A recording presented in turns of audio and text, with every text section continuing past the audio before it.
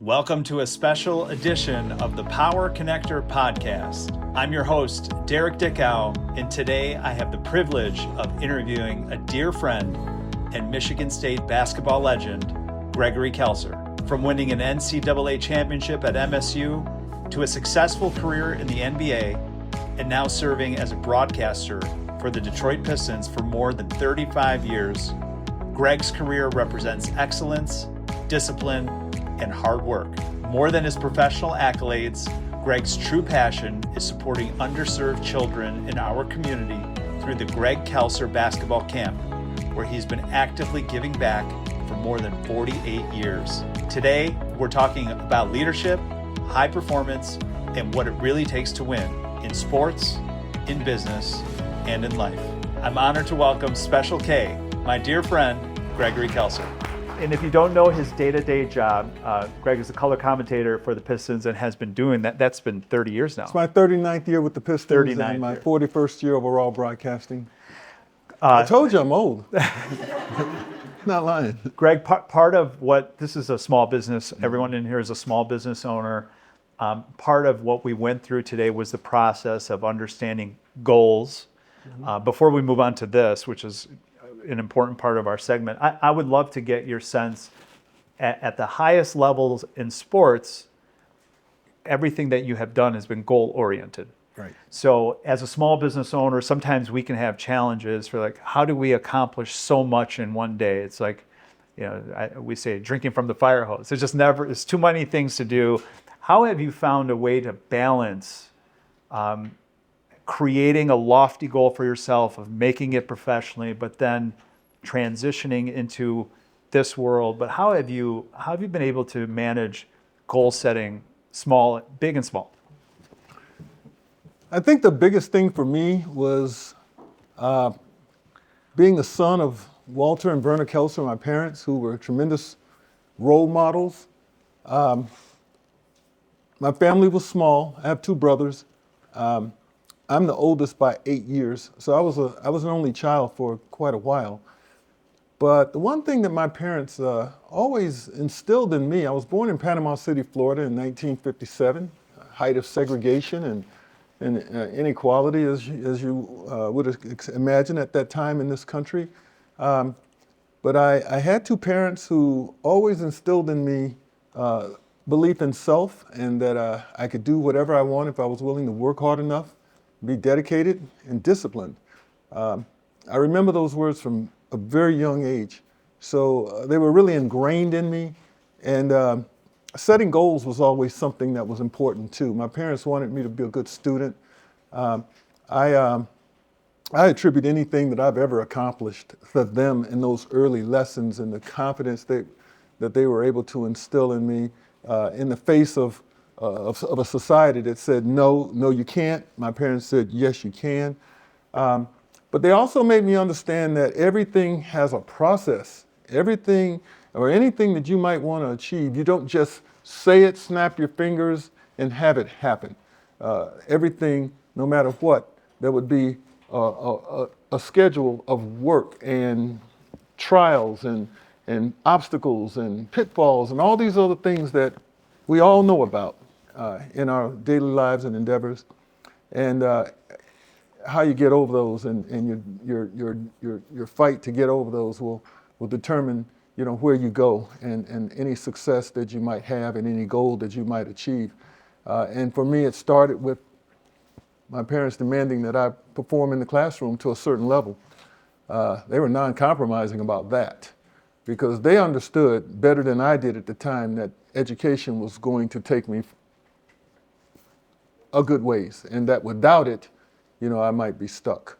So they always emphasized working hard in the classroom. And see, these are all things that were happening, for the benefit of good grades and that sort of thing. But the disciplines that were required to do these things would carry me a lifetime. I believe that my participation in sports, team sports at that, I played baseball, basketball, and football growing up. And I learned at a very young age, you don't get anywhere by yourself. You have to have cooperation and help from others in order to achieve your goals. So, I learned how to get along with others, how to work with each other, with others, and for the benefit of the whole group. My individual contributions were important. Everyone's were important, but if we were going to be the best we could be, whether it was a team and then later on as an individual, I think that setting priorities are very important, and then being able to stick to them. I think that's something that was essential in my becoming a professional athlete. I decided at the age of 10 that I wanted to play professional something, whether it was basketball, football, baseball, the sports that I played, and I was pretty good in all of them. I had my growth spurt when I was around 15 or 16, so that's what really led me to hone in on basketball and maybe let some of the others go. But understanding that hard work was going to be essential at all times. And, the thing, I was telling somebody the other day, they were talking about, the game, they always say that the game is not the same. I liked it better when you guys played, the 80s, the 90s NBA. I don't like this so much. The guys don't seem to love the game. And I correct them. I said, no. The love for the game is still the same. You don't get to the pro level if you don't love the game. You don't get to where you are right now if you don't love whatever it is you're doing, because that is, to get to this point or to get to that certain point that I want to achieve, you got to do it every day. And in order to do something every day, you probably love it. It probably is what makes you get up in the morning and want to put your clothes on and get out the house and go tackle it another day, and then another day and another day. So I argue that no, the love for the game is there. Maybe they do it a little bit differently. Maybe their attitudes are a little bit different than ours, but the hard work and the discipline and the dedication and the love for the game is still there, very much so. You gotta love what you do, and then you gotta decide that you want to be the best at it. And whatever is required, whatever time requirements, whatever sacrifices are necessary, those are things that you have to make a decision that you're willing to endure in order to be the best that you possibly can. So thank you for that intro. You mentioned being 10 years old and you decided you wanted to be a professional athlete. We had a couple world-class examples earlier. Denny Hamlin, Grand Prix, he once wrote down in second grade that he was going to win it. Obviously won the Grand Prix 3 times. Jason Tatum, there's a record of him writing down a note, very specific note in 4th grade that he was going to be a professional basketball. He even put down the name of his wife that he wanted to have. It was pretty specific. From my understanding and research of professional athletes, there is a borderline level of belief beyond delusion that you are going to be the best. Yeah. You're willing to do whatever it takes. As a small business owner, a lot of times people think we're delusional. We work too hard. We do too many things. What are some of the skills that we can translate from that professional mindset of knowing what you want and then converting it into becoming a successful entrepreneur? Not listening to the naysayers, and I think choosing good role models, because there's always someone who's already traveled the path that you're aspiring to excel in, and it's not a bad idea to talk to them, seek them out, and ask questions, and gain from their experience and maybe from some of their setbacks to avoid the same sort of things happening to you. I always believe that there's safety in counsel, and you cannot be afraid to open up and let people know what it is that you're trying to do. You'll find people willing to help you when you do that. I think that one of the great benefits I get now, I'm a broadcaster of some 40 years, but I had a role model. When I decided I wanted to do this after basketball, I had a role model who became a very good friend, who taught me so much. And I owe my career to this individual. He was essential. And without him, I doubt that I'd be where I am right now in this profession. you can find your role models. People are willing to help you. I get great satisfaction and gratification from doing the exact same thing for others now that was once done for me, and that's helping people in their quest to become journalists, become broadcasters, become authors, and that sort of thing. Once again, I said it earlier, we don't get anywhere alone. We all, to this point, have our stories of people who have been instrumental in our lives getting us to this point. And there are more out there, but be willing to learn and listen. And as I said, work very, very hard. And just, you know that there are going to be challenging times. We all love, the sunshine, but, we got to deal with this if we live here. But it's not here forever. The sun will shine again. And that's how I look at it when things don't quite go the way you might want. My career has not been without some setbacks, both as an athlete and now as a broadcaster and as a businessman. My wife and I, we own a business too. So, but none of the setbacks and none of the adversities have lasted very long, and I'm happy to say, and been very blessed to continue on the track that we set out on a long time ago. Work together, talk, seek counsel, seek advice. Don't be shy, and no question is ever a bad question. And people will step up to help you, especially when they see your drive and your energy and your passion, and they know you're not wasting time. So exactly to the point we talked about earlier is that when they want to cultivate relationships with guides, people that can help them, they have to demonstrate a level of professionalism, but also that they know a little bit about who they're talking to. I think you're 100% spot on that if you approach people with an open heart and you demonstrate that you're not going to waste their time, people are generally open to 10, 15, 20-minute introduction, Absolutely. hellos, or maybe help you figure something out. Or in our case, you become a mentor, now you're a friend. I mean, this has been a wild experience for me. I mean, it's changed my life over the last 12 years. We've both been mentors to each other. No. I learned more from you, especially about what you do here. And in this particular section of the day, we're talking about the value proposition. Mm-hmm. And so we talked about leadership and what you did as an athlete. I don't know many 19-year-olds, if I do my math right, so 48 years ago. I was 20 when I did my first camp. It's 20, okay. Mm-hmm. So I don't know many 20-year-olds who are coming off an NCAA victory, national championship, who are... I hadn't come off the championship yet. I'd come off a Big Ten championship after my junior year at Michigan State. But after my sophomore year in college, I went to the Dick Vitale Bob Lanier basketball camp as a counselor. I went there to work in the summer at West Bloomfield High School. It was a great experience being around Bob Lanier, who was one of the best basketball players, he's a Hall of Famer, one of the best basketball players in the NBA at the time. Dick Vitale was a rising coach, had a lot of success at the University of Detroit, would ultimately become the Detroit Pistons head coach.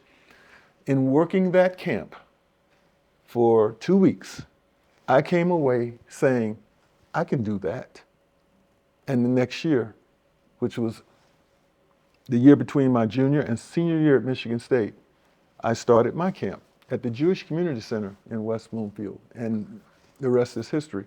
But I saw it, I envisioned it, and I said, as much as I love being there as a counselor and working for Coach Vitale and Bob Lanier, I came away wanting my own. So not a lot of 20-year-olds are thinking about that, though, mm-hmm. right? So putting together the effort, having the foresight to think about you probably never could have imagined that 48 years later, you'd be continuing this camp. Right. It's incredible. I mean, I don't know that I know another program that serves kids. I mean, a lot of people put ideas together for one big show, or maybe it's annual, but 48 years. Right. Can you talk about how this has changed your life? Okay. Sure. When one of the greatest thrills I get is having someone come to me and say, I used to go to your basketball camp. It happened just the other day. It happens all the time. Because we used to do 2 camps a summer, each 1 week. And then we eventually got up to 5 camps. We have 4 now, 4 weeks of basketball camp. So we have the opportunity to be impactful with a lot of boys and girls. But one of the biggest thrills I get is when someone comes up and says, I used to go to your basketball camp. And I ask, really? And how old are you? And they might say 60. That's because when I did my first basketball camp at 20 years old, the oldest kids in that camp were 15. So they're just 5 years younger. So I'm in my late 60s now. So those kids are 62, 63. And so I got them from age 7, which was the youngest at last summer's camp, all the way up to age 63. And the thing I always ask, well, what did you learn?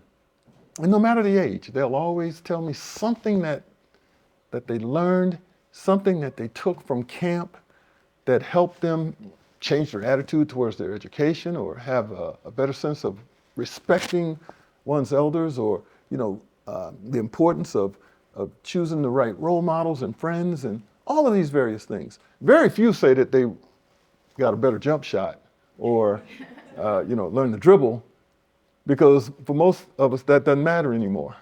I used to be a hell of a basketball player. I'm not anymore because that time has passed. But the things that I learned in becoming a heck of a basketball player and a professional eventually have served me tremendously in all the years since I played. And that's what I get from these people who used to go to the camp. We don't claim any right to the successes that they've experienced. Doctors, lawyers, teachers, some professional athletes. I probably got more professional football players that are alums of my camp than professional basketball players. But we do have a kid that's playing with the Dallas Mavericks right now that went to camp 7 straight years. We've got some pitchers in baseball that went to the camp. But the thing that I appreciate is that they'll always want to give some credit, because it's not just basketball when we bring those kids into camp. We take them into the classroom and we give them study skills and life skills and other things that we think are very important while they're at a very impressionable age. And that's the most important thing to us. And to have these kids, say that it made a difference, even though they only spend like a week or 2 with us per year, is very gratifying. And what we've been able to do, because these camps do cost, there's a cost factor, but we decided a long time ago that we cannot allow finances or lack thereof to be the impediment to deserving kids being able to participate in a camp of this caliber. So we devised a way to raise funds and make it possible. So now we're sponsoring 250 to 300 boys and girls every year. And Derek's company has been a sponsor of those kids too, along with many other organizations and individuals, so that we can do this community service that I think is so very important and vital. So you're not only teaching, by the way, this is us this past summer. Yeah, Derek came out and spoke to the kids, gave them a really, really good speech on just being responsible and accountable and such. But these students and these children are not just learning about basketball or about teamwork or about discipline. There's a level of academia. You talk to them every single day about getting their work done and about being respectful in the home. These were amazing kids. Yeah. Like, I can't wait to do this again next year with you. I look forward to having you. So this topic is all about value. I would love to, any final thoughts in terms of so we know what charity has done for the students and the children that you've served.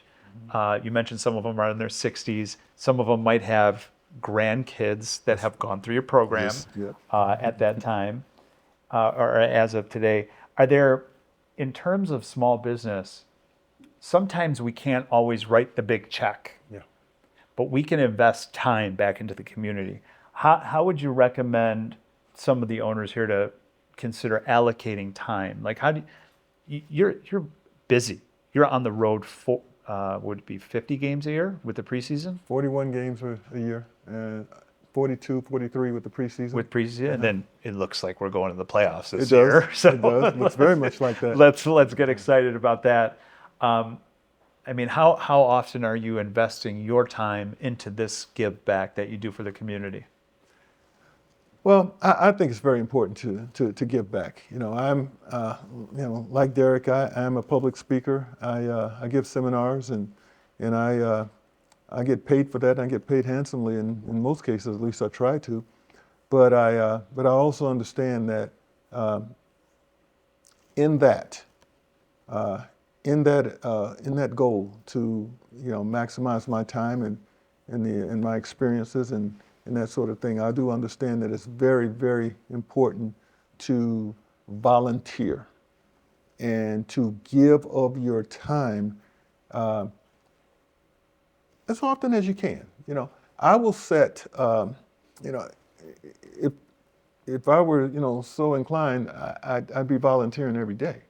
I don't have the ability to do that, but I have determined a certain number of events that I would, that I'm going to be a part of, or efforts that I'm going to support, community outreach and such.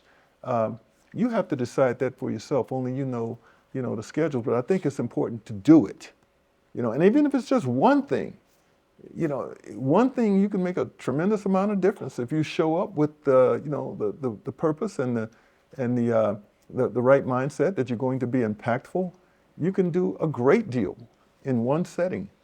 But I think that time spent a lot of times is better than money spent. I could argue it's more impactful, time spent, because time we can't get back, money we can make more and more. Make it. Mm-hmm. One of the things that I am reminded by, I guess, is a benefit of being involved in charities, are the relationships that you build. Mm-hmm. We talked about this earlier, with like-minded people that are on a similar path, or you just never know those relationships. Has there been someone in your past or through the community that you've serviced that has really impacted you because of the charity, because of the program? Well, I've had people come and just by chance see what we're doing. They come, they visit, they see the kids in the classroom, they see the enthusiastic manner in which the kids are participating, and then they find themselves wanting to get involved. They want to learn more, and they want to see what they can do. Some will do it with their time, some will do it with their time and money, and we're very fortunate. Countless, you're one, but countless people over the years have done that. There's one gentleman, in fact, I met him, his name is Chris. Chris is like a brother to me now.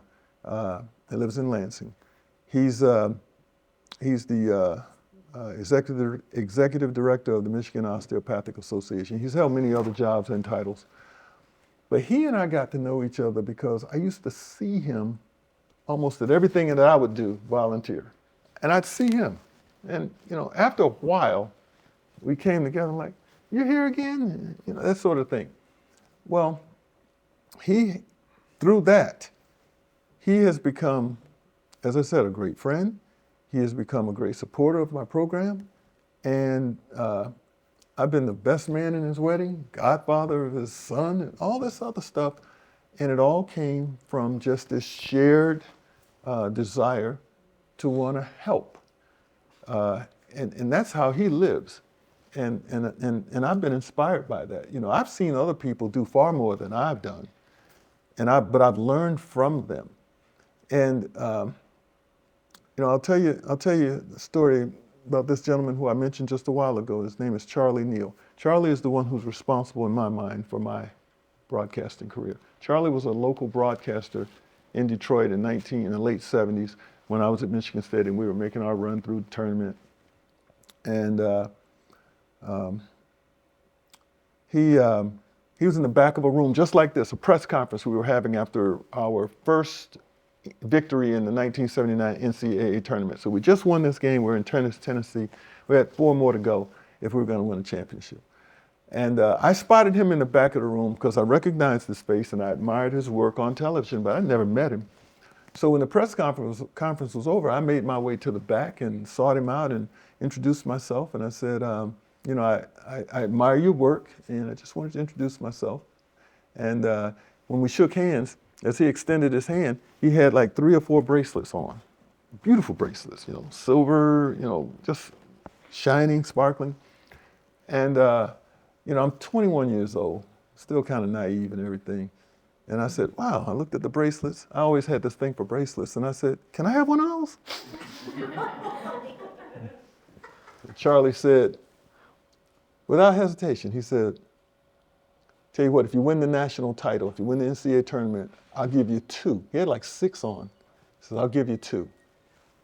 So now, as we're marching through the tournament, I'm just counting them off. We win our second game.